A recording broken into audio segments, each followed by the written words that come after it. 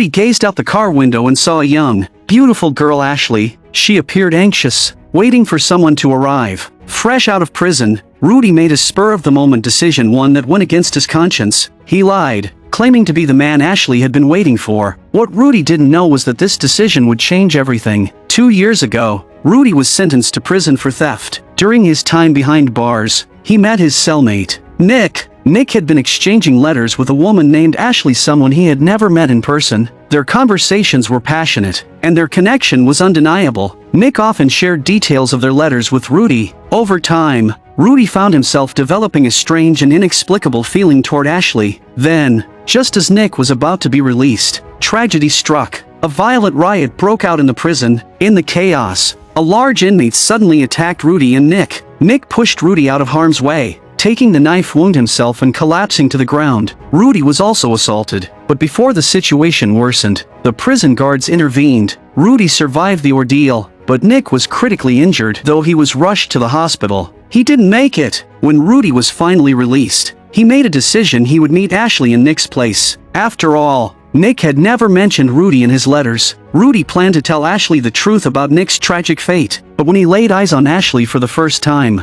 everything changed. The emotions he had developed from those letters, combined with Ashley's beauty and youthful energy, made his heart waver, and so, he made his fateful choice. He pretended to be Nick. Rudy and Ashley quickly fell in love, indulging in a passionate romance. But just as things seemed perfect, trouble arrived at their doorstep. A group of men showed up out of nowhere and beat Rudy mercilessly. Before he could react, both he and Ashley were restrained. Confusion filled the air. Who are these people?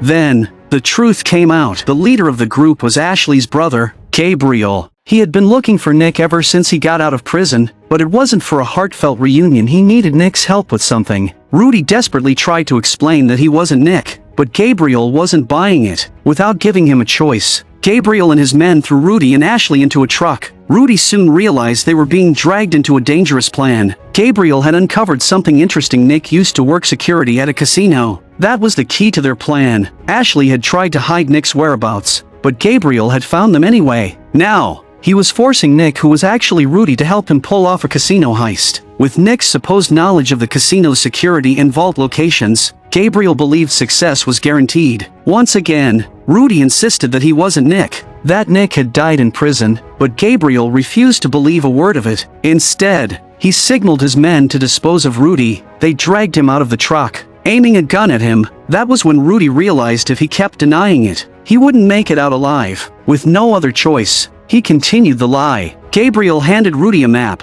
Their target, the casino. On Christmas Eve, he ordered Rudy to mark down the security layouts and the vault's exact location. Rudy knew Nick had worked there and had even shared details about the casino with him, but revealing everything would mean sealing his own fate. Thinking fast, Rudy claimed the map was inaccurate. He didn't know where Gabriel had gotten it from, but it clearly didn't match his memory. That could only mean one thing: the casino had undergone renovations. To buy time, Rudy suggested they let him scout the place first, since he knew how it operated. Seeing how confident Rudy was, the thieves hesitated, then agreed. That night, they checked into a motel near the casino. To prevent Rudy from escaping, they chained his leg to the bedposts. Later, Ashley came to him, wanting to help, but Rudy was furious. It was because of her deception that he was caught in this mess. Ashley insisted that she had no choice, but her feelings for him were real. She genuinely wanted to be with him. Yet, given the danger he was in, Rudy refused to accept her love. Heartbroken,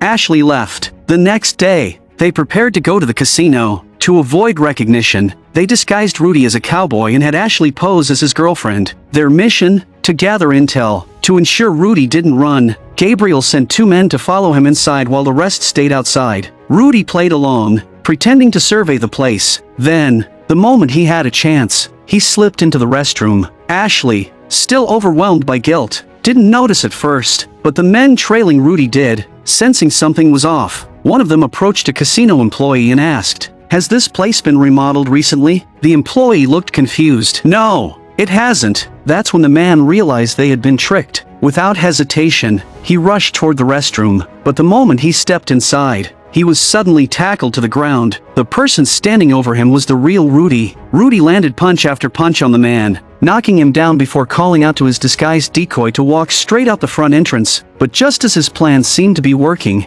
Another thief spotted the scene, while no one realized that Rudy had already slipped away through the back door. The imposter posing as Rudy wasn't as lucky. Gabriel quickly caught on. He rushed forward before the man could even start the car, cutting off his escape. The man sat there, completely bewildered, clueless as to what was happening. That's when Gabriel realized this wasn't Rudy. Rudy had simply handed the guy a wad of cash to play the part. By the time the other thieves pieced it together, Rudy was already sprinting into the forest, disappearing into the shadows. Furious, Gabriel barked out orders to his crew. He told his men to grab their weapons and start the hunt. Then, he jumped into his car, speeding off to cut Rudy off from the other side. Meanwhile, Rudy had already made his way through the dense forest, emerging onto a remote road. Down below, he spotted a car approaching. Thinking it belonged to a passerby, he frantically waved, signaling for help. But what Rudy didn't realize was that the driver was none other than Gabriel himself. Gabriel had no intention of stopping. Instead, he stepped on the gas, ready to take Rudy down once and for all. Ashley,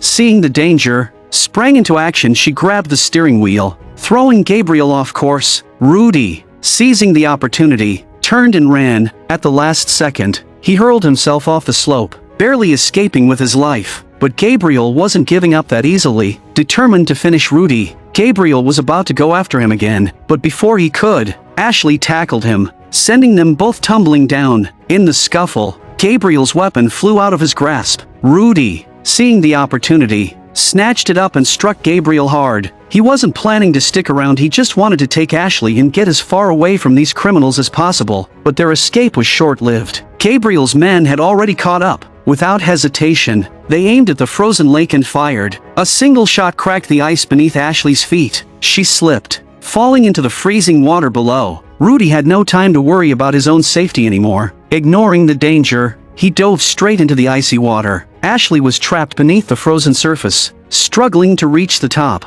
She pounded against the ice, but there was no way out. Thinking fast, Rudy grabbed his stolen weapon and fired at the ice, breaking open a hole just in time. He pulled Ashley to safety, but his ordeal was far from over. Gabriel and his men had him surrounded again. This time, Gabriel was done playing games. He grabbed a handful of throwing darts and hurled them straight at Rudy. Pain shot through Rudy's body as he let out a scream of agony. His strength drained away. Completely powerless, he collapsed. Gabriel crouched beside him, grinning. "One last chance," he said. "We're gonna look at that map again. And this time, you better give us something useful." Rudy had no choice. They dragged him back to their hideout and locked him up. Ashley, seeing Rudy's battered state, was horrified. She couldn't believe how ruthless her own brother had become. Even though Rudy had failed to escape, he now knew one thing for sure: Ashley truly wanted to be with him. And so, Rudy made a new decision. If he couldn't run, he would join them, but not in the way Gabriel expected. Rudy had an even bolder idea. He would steal the money from right under their noses and take Ashley with him. Gabriel, unaware of Rudy's real intentions, was busy preparing for the heist. He had stocked up on weapons and planned everything down to the last detail. Once again, he pulled out the blueprints of the casino. This time, he warned Rudy not to try any tricks. Rudy played along, explaining his so-called plan in detail. "There are 2 vaults," he said. "One is behind the counter, and the other is in the owner's office safe. The counter has guards outside,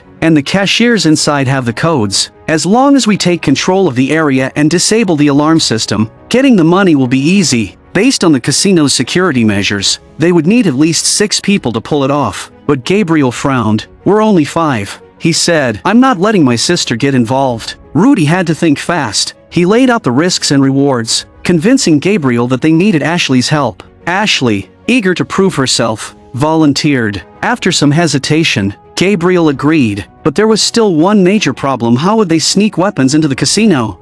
Gabriel smirked. "Already taken care of," he said. Instead of hitting the casino on Christmas Eve as planned, they would strike on Christmas night disguised as Santa Claus and his helpers. With the security layout mapped out, they set their plan into motion. What they didn't know, however, was that Rudy was no ordinary man. He was a skilled thief, and restraints?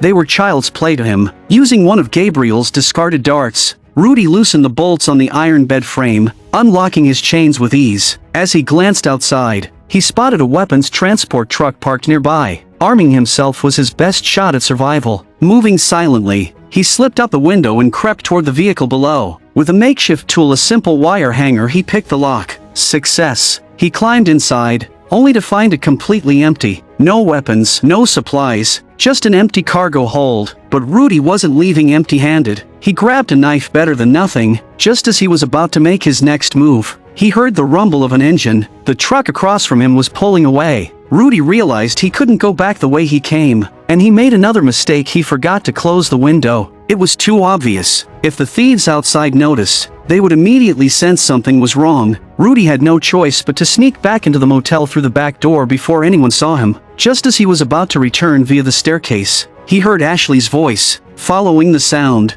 Rudy arrived at the motel's hot spring pool. There, he overheard a conversation between Ashley and Gabriel, and what he learned left him completely stunned. They weren't siblings at all, they were lovers. Ashley had been playing the long game, staying close to Rudy just to gain his trust and control the situation. They had been fooling him from the very start. Rudy was furious, but now wasn't the time to dwell on betrayal. One of the men was already heading back to check on him. Rudy bolted toward his room. Using the knife he had taken earlier, he quickly pried open the security lock and got inside. By the time the man arrived to inspect the room, Rudy was lying on the floor, casually playing cards. Christmas night arrived. The crew set out in the truck they had prepared in advance, heading toward the casino. To prevent Rudy from sabotaging the job, they handed him a gun without a magazine. With nothing left to do, Rudy took a few swigs of alcohol, finding solace in his misfortune. The casino was eerily quiet, with only a handful of guests inside. No one would suspect two Santas of planning anything sinister. Meanwhile, the other three thieves,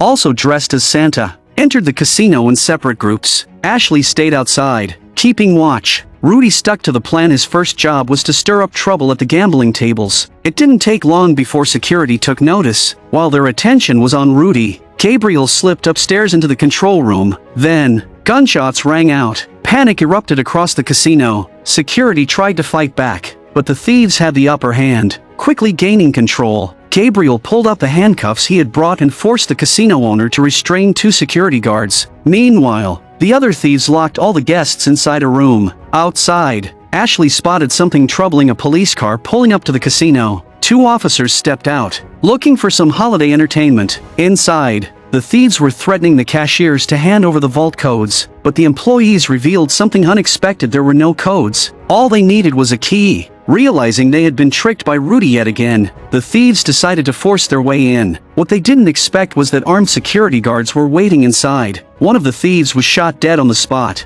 Another thief, realizing the situation was turning bad, retaliated. A brutal shootout erupted. The remaining security guards put up a strong fight, but they were ultimately outgunned. Outside, the two police officers heard the gunfire and rushed inside. The thieves were caught off guard, and the situation shifted once again. Gabriel was livid at Rudy's constant tricks, but before anyone could react, Ashley suddenly crashed the car straight into the casino. The two officers were sent flying, knocked out instantly. Ashley dropped her act. She pointed a gun at Rudy and took him hostage. Rudy wasn't surprised. The thieves quickly gathered all the casino's money, ready to escape. Upstairs, Gabriel was still threatening the casino owner, demanding to know where the rest of the money was hidden. The owner claimed there was nothing left. Frustrated, Gabriel turned to Rudy for answers. Rudy told them there was a safe hidden behind the liquor cabinet. This time, he wasn't lying, there really was a safe. Gabriel forced the casino owner to open it, but when the safe door swung open,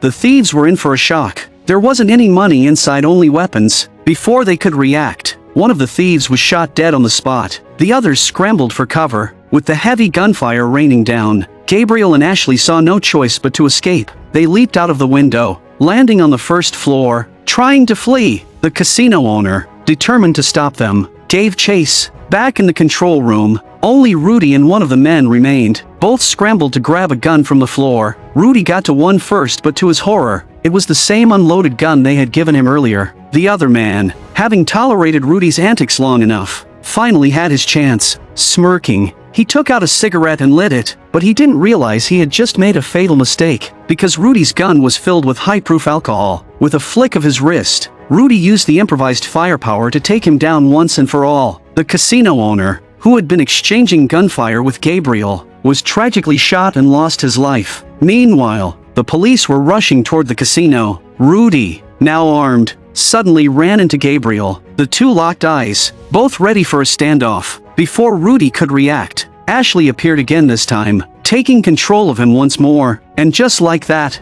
the thieves' leader got away with the money, leaving Rudy tied up. The only reason they hadn't finished him off yet was because Gabriel had a bigger plan in mind. He wanted to stage the perfect crime. The gang drove to a secluded cliffside. Ashley opened the truck's cargo hold. Inside, they scattered some casino cash onto a smaller car and doused it in gasoline. Their plan? To make it look like Rudy had accidentally driven off the cliff, burning the stolen money in the process. This would throw the police off their trail. But just as the thieves were about to shove Rudy into the car, Ashley suddenly pulled out a gun and fired at them. Rudy was completely stunned. He had no idea what was happening. Even the thieves themselves were caught off guard. Before they could figure it out, Ashley finished them off without hesitation. Then, a mysterious figure arrived. When Rudy saw who it was, his jaw dropped. It was none other than Nick, his old cellmate. And just like that, the truth was revealed. Everything had been part of Nick's master plan. Ashley had been Nick's girlfriend before he went to prison. Back then, he worked at a bar. One day,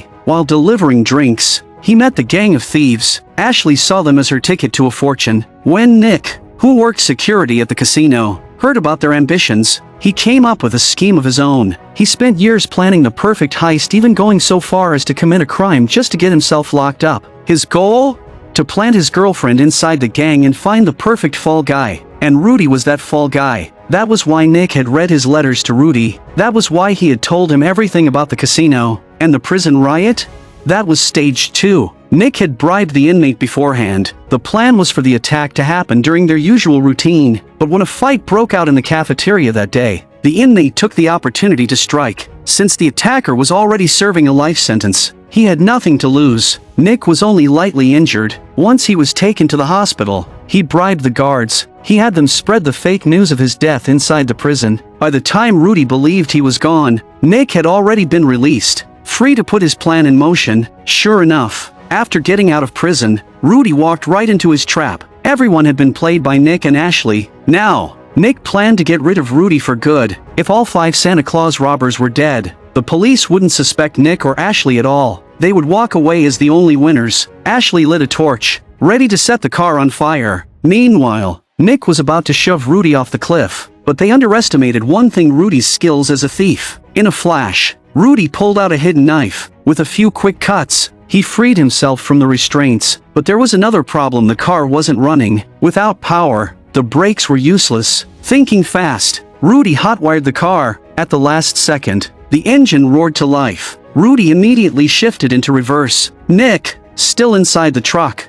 was caught completely off guard. Before he could react, Rudy slammed into him, shattering both of Nick's legs. Ashley, seeing this, quickly fired at Rudy. Rudy dodged and countered. As he drove toward her, she didn't have time to escape. The car plowed into her, sending her crashing onto the hood. Seeing that things were spiraling out of control, Rudy made a split-second decision. He jumped out of the vehicle. Ahead, the cliff loomed. Ashley, still on the car, had no way to escape. The vehicle plunged off the edge, crashing down below. Moments later, it exploded into flames. Meanwhile, Nick, barely clinging to life inside the truck, pleaded for mercy. But Rudy had no interest in talking. With one final push, he sent the truck and Nick plummeting into the abyss. And with that, the chaotic heist finally came to an end. Rudy took the money, but instead of keeping it, he put it to good use. Disguised as Santa Claus, he distributed the stolen wealth along the way. After everything,